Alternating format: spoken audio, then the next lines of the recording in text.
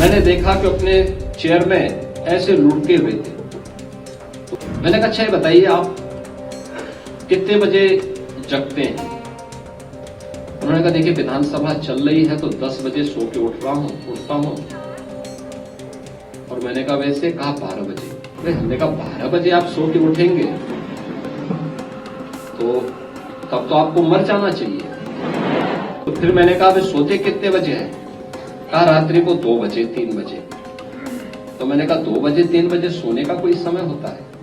हमारी दिनचर्या कहां खराब होती है जब हम समय पे जगते नहीं, समय पे सोते नहीं। समय पे जगते नहीं, समय पे सोते नहीं। हमारे एक बहुत वरिष्ठ पदाधिकारी थे,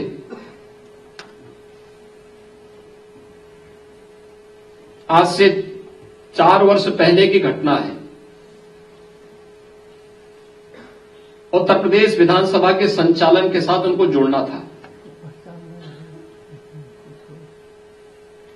लेकिन उनका स्वास्थ्य अचानक ऐसा लगने लग गया कि वह अब तबीयत उनकी खराब हुई तब हुई। हमारे एक मंत्री मुझसे बोले, कहा कि उनका तो लगता है स्वास्थ्य ठीक नहीं है,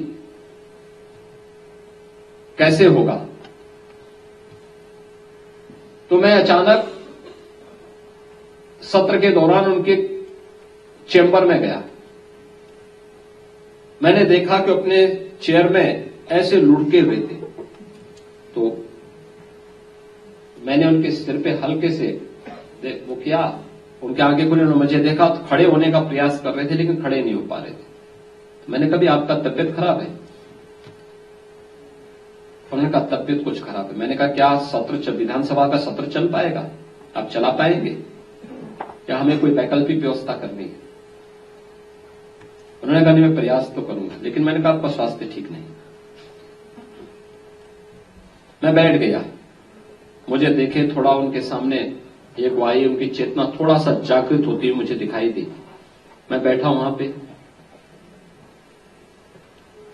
मैंने कहा अच्छा ये बताइए आप कितने बजे जगते हैं। उन्होंने कहा देखिए विधानसभा चल रही है तो 10 बजे सो के उठता हूं। और मैंने कहा वैसे कहा 12 बजे। अरे हमने कहा 12 बजे आप सो के उठेंगे तो तब तो आपको मर जाना चाहिए। तो वो मुझे देखे तो फिर मैंने कहा वे सोते कितने बजे हैं। कहा रात्रि को 2 बजे 3 बजे। तो मैंने कहा 2 बजे 3 बजे सोने का कोई समय होता है। मैंने कहा भी देखिए आप अगर जीवित रहना चाहते हैं तो आप बहुत देर करेंगे, बहुत ज्यादा अगर आपको लेट हुई तो 11 बजे तक आप सो जाया करिए और धीरे धीरे करके कम करिए। पहले दिन 12 बजे सोइए, फिर उसको 11:30 करिए, फिर 11 बजे करिए, फिर 10:30 करिए, फिर 10 बजे करिए और 10 बजे तक हर हाल में सो जाइए। उन्होंने कहा मुझे लिखने का काम करना होता है। मैंने कहा भी लिखने पढ़ने का जो भी काम करना होता है उसके लिए आप ब्रह्म मुहूर्त में करिए काम। सुबह रात को जल्दी सोइए और सुबह जल्दी जगिए। तो उन्होंने कहा इससे क्या होगा। मैंने कहा आप देखना, आप केवल एक काम करिए, पहले केवल अपने को नियम संयम के साथ जोड़ दीजिए। समय पे जगना, समय पे सोना, समय पे अपना नाश्ता लेना, समय पे अपना भोजन लेना। अगर आप इतना कर लेंगे तो आप देखेंगे कि अगले 1 महीने के अंदर आपको कुछ अपने शरीर में एक चेतना दिखेगी। चुप रहे।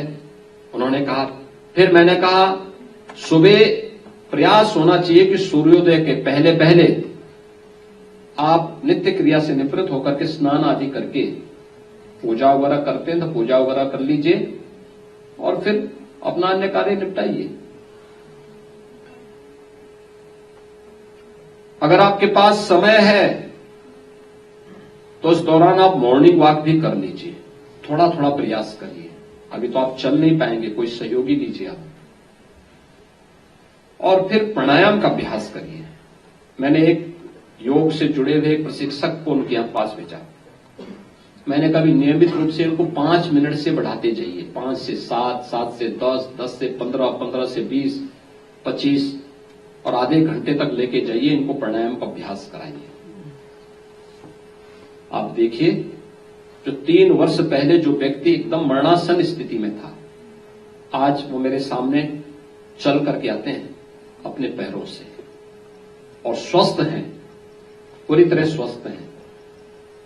यद्यपि रात को 11, साढ़े 11 बजे के पहले अभी भी नहीं सोते, लेकिन मेरा मानना है कि अगर वो 10 बजे तक सो जाएं और सुबह 4, साढ़े 4, 5 बजे तक जग जाएं और अपनी क्रियाओं को नियमित कर लें, तो उनकी आयु अपने आप ही स्वस्थ हो जाएगी, अपने आप ही आरोग्यता को प्राप्त कर सकते हैं।